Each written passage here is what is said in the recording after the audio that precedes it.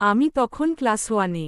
নতুন ইউনিফর্ম, নতুন ব্যাগ, আর চকচকে জুতা পরে মায়ের হাত ধরে প্রথমবার স্কুলে যাচ্ছি। মনটা কেমন জানি কাঁপছিল, ভয়, কৌতূহল, আর উত্তেজনা সব একসাথে। স্কুলে ঢোকার সময়ই বিশাল 1 ঘণ্টা বাজল। মনে হলো যেন যুদ্ধ শুরু হলো। মা হাত ছাড়তেই চোখে জল চলে এলো। একটা দিদিমণি এগিয়ে এসে বললেন, ভয় পাস না, তোকে আমি বন্ধুদের সাথে বসিয়ে দিচ্ছি। ক্লাসরুমে ঢুকে দেখি ছোট ছোট আরও অনেকেই কাঁদছে। কেউ ব্যাগ ধরে বসে আছে, কেউ জানলার বাইরে তাকিয়ে বাবা মাকে খুঁজছে। হঠাৎ এক ছেলে আমার পাশে বসে বলল, তোর নাম কি? আমি রাহুল। সে বলল, আমার নাম বিজয়। আমরা বন্ধু হই চল। সেই দিনই জীবনের প্রথম বন্ধুত্ব হল। ক্লাসে সেই দিন পড়া কতটা বুঝেছিলাম মনে নেই, কিন্তু মনে আছে বিজয় আমাকে তার চকোলেটটা ভাগ করে দিয়েছিল।